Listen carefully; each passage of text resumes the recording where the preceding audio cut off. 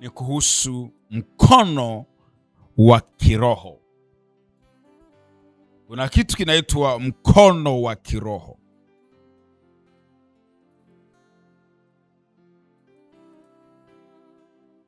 Mkono wa kiroho, kuna mkono wa Mungu na kuna mkono wa adui, mkono wa Ibilisi. Lakini pia kwenye mkono wa Mungu uko mara mbili. Kuna mkono mwema wa Mungu, alafu na kuna mkono wa Mungu. Mkono mwema wa Mungu unabariki, unahuisha, unashibisha, au kunjua mkono wake na kukishibisha kila kilicho mema matakwa yake. Mkono mwema wa Bwana unabariki maisha ya watu.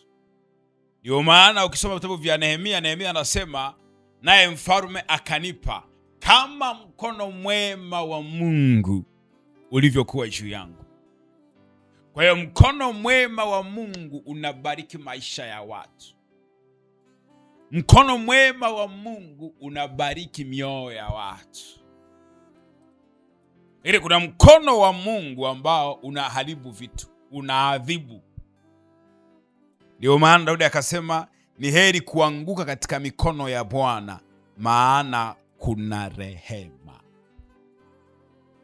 Mtu akianguka kwenye mkono wa Bwana, maandiko yanaeleza, yanasema kuna rehema. Ukidondoka kwenye mkono wa Bwana, kuna rehema. Lakini hata ukipigwa na Mungu, bado kuna rehema ndani. Huo ni mkono wa Mungu. Upo mkono unaohuisha, upo mkono pia wa Mungu unaoharibu. Akigusa vitu vyako kwa mkono wake vinaharibika. Upo huo mkono. Ila kuna mkono mwema wa Mungu unaohuisha, unaobariki, unaoleta mema. Mara nyingi watu wakimkorofisha Mungu, huwa anawagusa na ule mkono wake unaoharibu.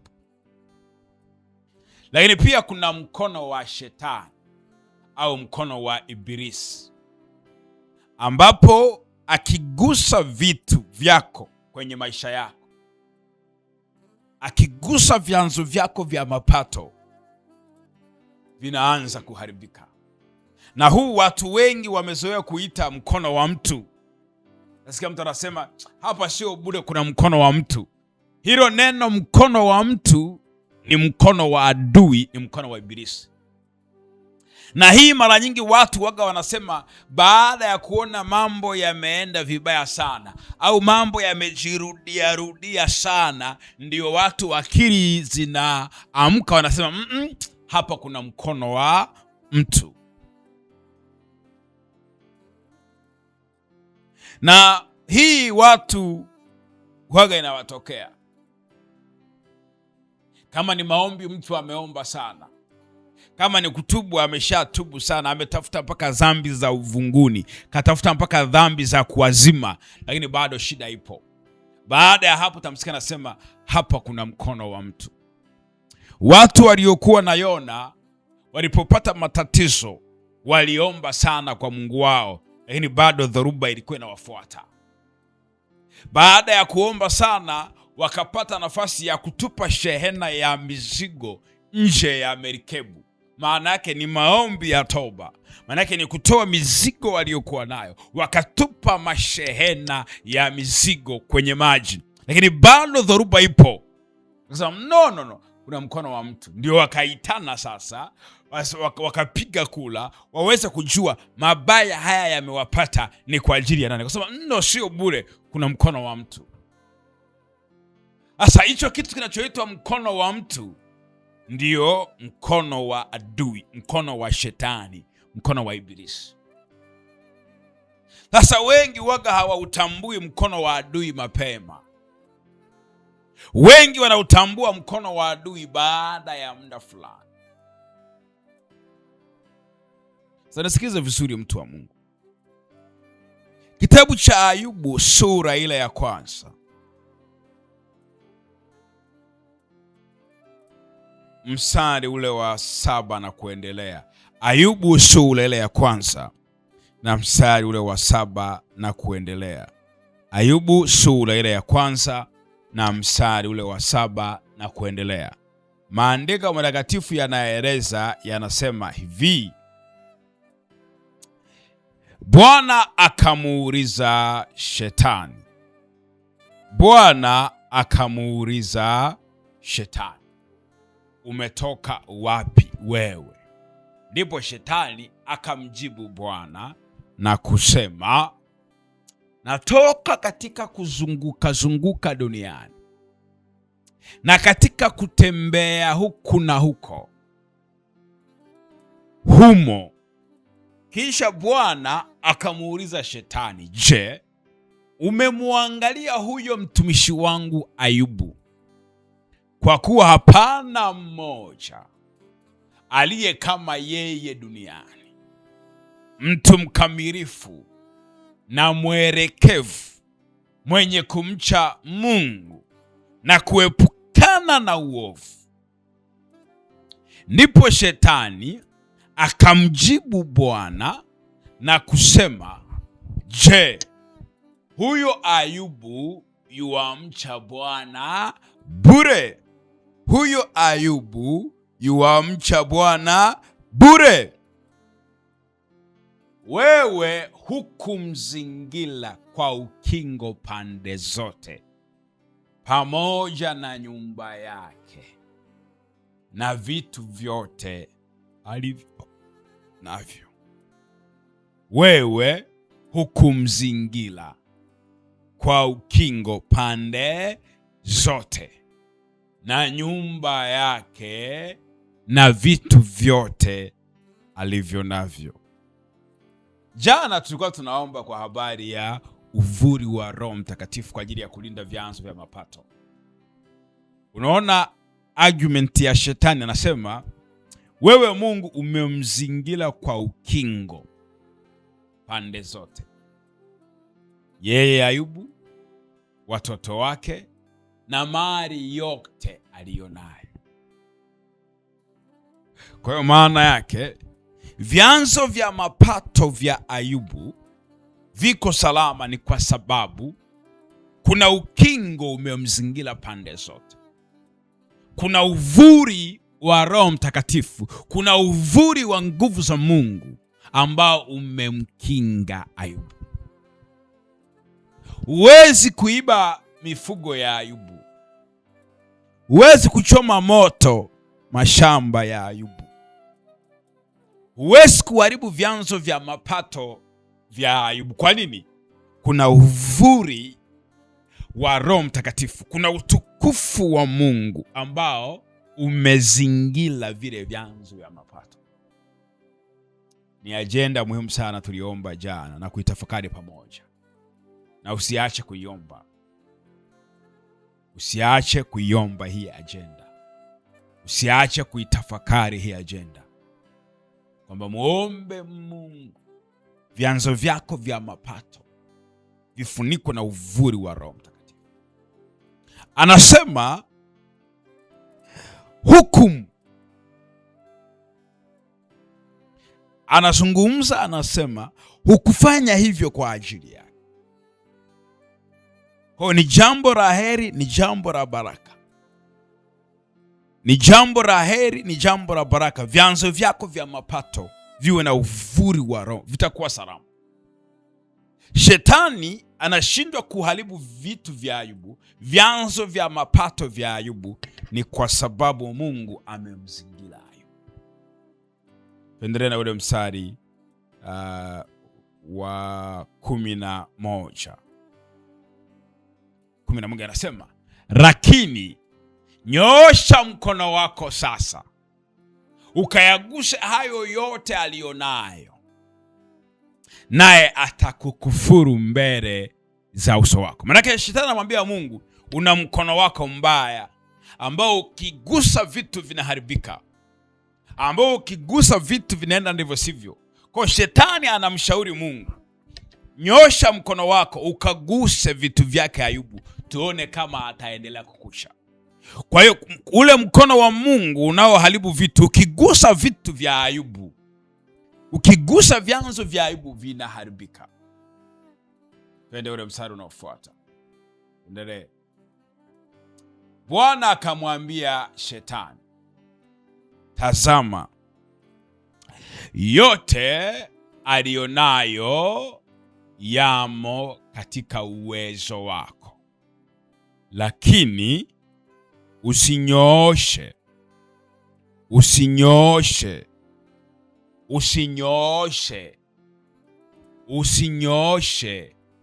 mkono wako juu yake yeye mwenyewe.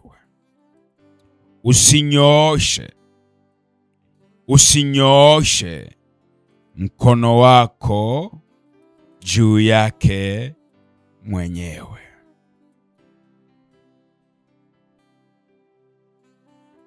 Maana yake,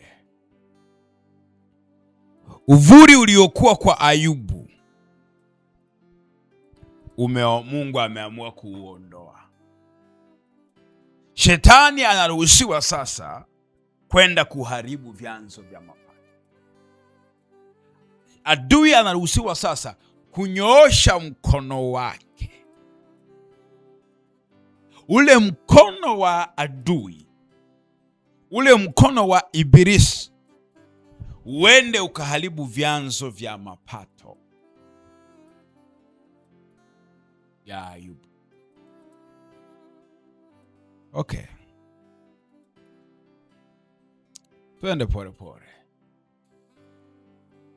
Ghafla ng'ombe wa Ayubu wanaibiwa na Waseba.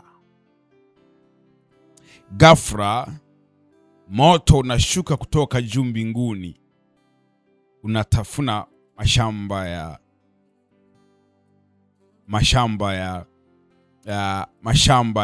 unatafuna kondoo wa Daudi wa Ayubu. Ghafla mambo yanaanza kuharibika. Sasa nisikize vizuri. Vyanzo vya Ayubu mtumishi wa Mungu vilianza kupita kwenye hali mbaya. Vyanzo vyake vya mapato vilianza kupita kwenye changamoto.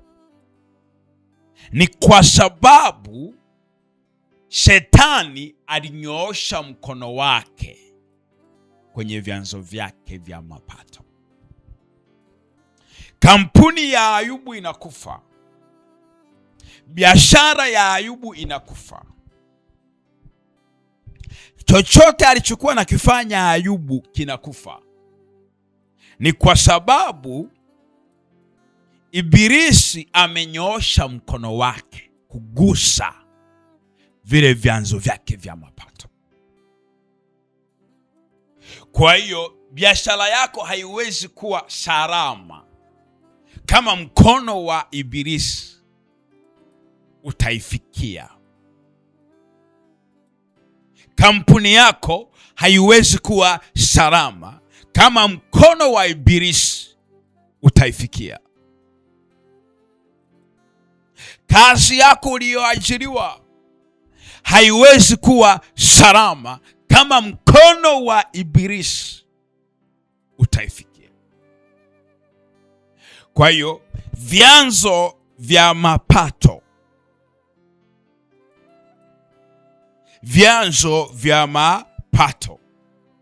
vya watu vinakufa kwa sababu mkono wa Shetani, mkono wa Ibilisi umevifikia vyanzo hivyo, umevigusa vyanzo hivyo.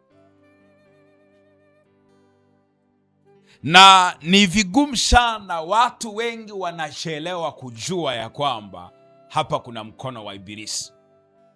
Na bahati nzuri ni kwamba watu wanaitaga mkono wa mtu. Hapa kuna mkono wa mtu. Sasa ili mtu aweze kujua ya kwamba kuna mkono wa mtu, kwa maana ya mkono wa Ibilisi, wage na wachukua muda kidogo, paka vitu vijirudie, paka jambo lijirudie, paka jambo lifanyike mara 2, mara 3, mara 4. Na kuugundua mkono wa Ibilisi ni vigumu sana, kwa sababu mkono wake unapita kwenye matukio ya kawaida.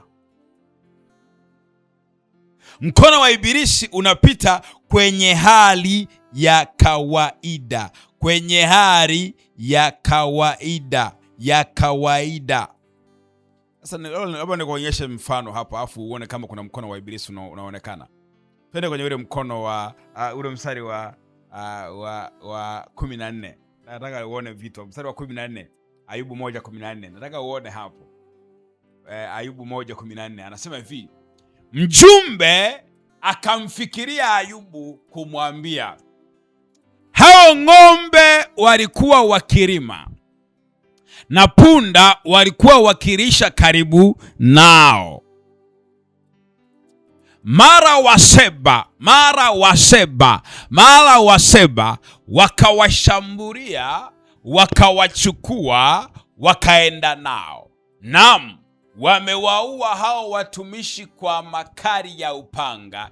Mimi peke yangu nimepona, mimi tu kukuletea habari. Ayubu ana chanzo cha mapato ni shamba. Ana chanzo cha mapato ni mifugo. Ng'ombe wake na punda wanaomsaidia kwenye kilimo wako shambani kuzalisha mazao, kufanya uzalishaji. Wakatokea watu wanaitwa Waseba, wakatokea watu wanaitwa Wamasai, wakawapiga watumishi wote, wakawapiga wachungaji. Alafu wale Waseba wakachukua wale ng'ombe na wale punda wakatokomea nao.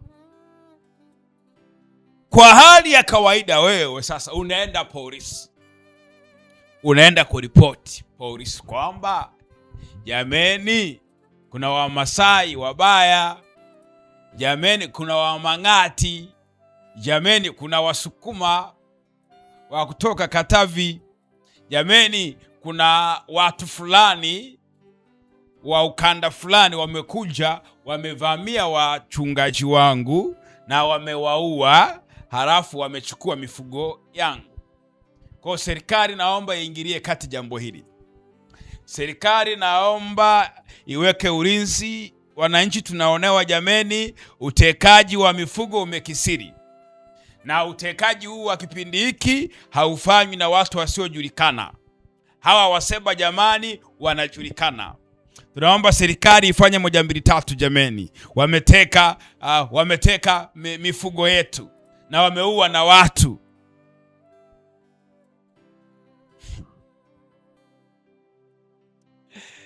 Kwa picha ya nje wanaonekana ni Waseba. Kwa picha ya nje wanaonekana ni kikundi fulani cha watu kimefanya utekaji wa kampuni yako, kimefanya utekaji wa duka lako. Ni mjomba tu kaamua kuzurumu duka lako, anasema ni la kwake kwa sababu tu kiwanja kilikuwa ni cha kwake.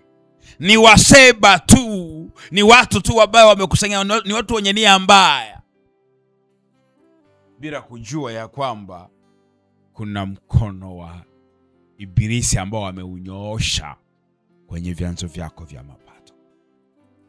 Na hii ndiyo bahati mbaya, na hili ndilo janga, kwamba vyanzo vingi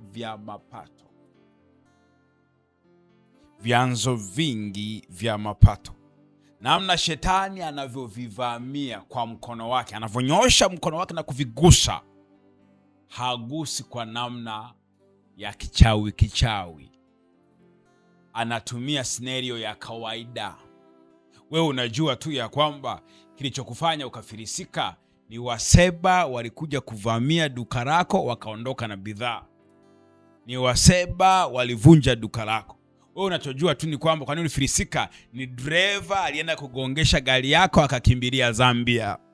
Wewe unachojua tu ni kwamba ni madeni ulikuwa unakopa hapa, unaleta hapa, unakopa hapa. Madeni mengi ndio yaliyosababisha biashara yako ikafa. Wewe unajua tu ya kwamba nilimwajiri mtoto wa mjomba, ndiye aliyenipiga mseba mmoja, ndiye aliyenipiga akafungua duka lake, biashara yangu ikafa. Akili yako inajua ni hivyo. Kwa nini? Shetani akinyosha mkono wake kwenye biashara, huo mkono wa shetani hutauona kwa macho. Wewe ili ujue biashara yako imerogwa, unataka uone mpaka nazi imepasuliwa pale, ndio unajua ya kwamba kuna ibilisi amefanya kazi yake. Wewe ili uone ya kwamba kuna uharibifu umefanywa kwenye biashara yako, mpaka umuone shetani amefanya moja. No. Akinyosha mkono tu, tapeli anakuja kwenye duka. Duka lako la M-Pesa, unabadala kwa M-Pesa. Anakuja anamwambia dada anayefanya kazi pale, tuma kwa namba hii, nienda nakupa hapa. Dada anatuma milioni 3. Ndio mtaji umekatika, ndio umefunga banda. Ni ibilisi amenyoosha mkono wake. Ibilisi amenyoosha mkono wake. Ibilisi amenyoosha mkono wake kwenye chanzo chako cha mapato.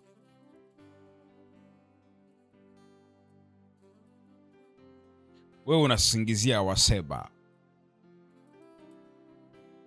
Wewe unasingizia watu wa kawaida. Wewe unasingizia hali ya kawaida. Unaweza kuelezea vizuri kitaalamu. Unaweza kuelezea vizuri kitaalamu. Nataka nikuonyeshe hapa kitu kimoja. Ule mstari wa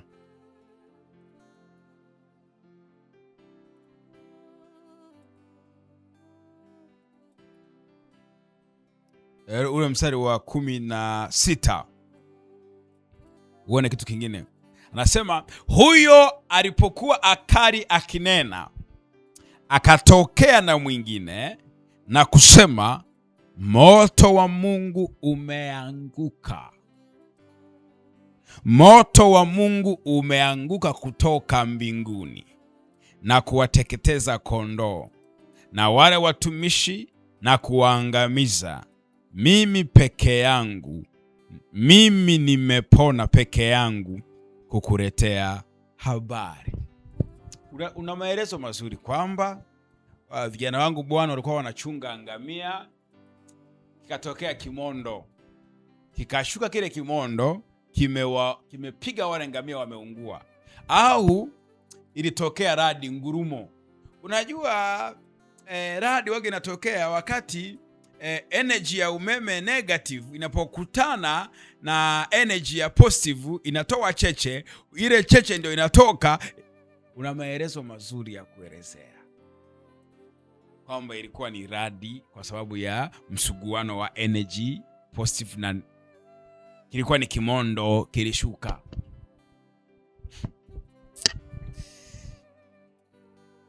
Mkono wa shetani unapita kwenye matukio ya kawaida. Fikiria haya yote ni mkono wa shetani. Fikiria haya yote yaliyofanywa hapa. Upepo ukavuma ukapiga nyumba, watoto wa Ayubu wakafa.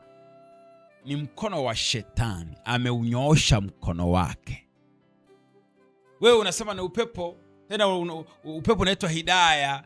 Hii upepo unaitwa tsunami kwa sababu mkondo wa maji ya joto kutokea Msumbiji umekuja ukakutana na mkondo fulani ndio umetoa huu upepo. Ndio maana jengo la biashara limeanguka, ndio maana gorofa la biashara limedondoka, limeua watu, kwa sababu mafundi hawakujenga vizuri. Wakati wa ujenzi mafundi hawakufuata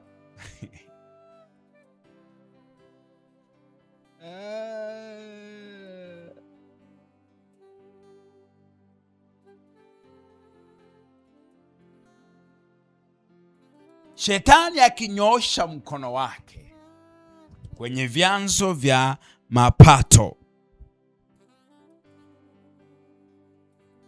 shetani akinyoosha mkono wake kwenye vyanzo vya mapato, anatumia matukio ya kawaida kabisa. Anatumia matukio ya kawaida ili uje ushituke, paka yajirudie ndio useme sio bure. Kila mdada akija anaondoka, akikaa baada ya mwezi anaondoka, ndio naamua kutafuta maombi. Mchungaji, naona yani nimejifikiria, dada wa kwanza alikuja akakaa mwezi akaondoka, dada wa pili pia mwezi akaondoka, dada wa tatu na dada wa nafikiri mchungaji, nadhani kuna kitu hakiko sawa sawa.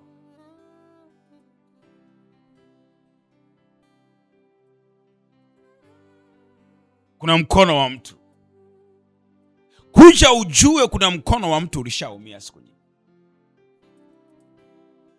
Ile ya kwamba tukio lina maelezo mazuri, jambo linaonekana kabisa kwamba ni jambo la kawaida, ni huyu niliyemwajiri, ile tu inaonekana hivyo. Hos pus karote pusa kate pus. Ile tu inaonekana ni hivyo, haimaanishi kwamba sio jambo la kiroho. Na hapa ndipo watu wengi wamepigwa za macho, na hapa ndipo ibilisi amechukua advantage. Watu wanaona ni matukio ya kibinadamu, kumbe kuna mkono wa adui. Kuna mkono wa adui. Baba, katika jina la Yesu Kristo wa Nazareti, Mungu muumba wa mbingu na nchi, Baba wa Bwana wetu Yesu Kristo, asante Yesu kwa neema ambayo umetupa. Ninakushukuru sana Jehova kwa vyanzo vya mapato ambao Yesu Kristo umewapa watoto wako hawa. Bwana, pokea sifa na heshima. Mungu, pokea sifa na heshima kwa yote uliyowatendea. Lakini leo ninafanya vita na mkono wa adui, mkono wa ibilisi ambao amekusudia kuunyoosha kwenye vyanzo vyake vya mapato. Ule mkono wa kipepo, ule mkono wa nguvu za giza, ule mkono wa nguvu za giza aliounyoosha ibilisi, aliounyoosha shetani juu ya mali za Ayubu, juu ya mali za mtoto wako huyu. Ule mkono ambao ibilisi huwa anaunyoosha kwenye vyanzo vyake vya mapato, ninafanya vita nao. Ninafanya vita na huo mkono leo. Ninauangusha kwa jina la Yesu na kwa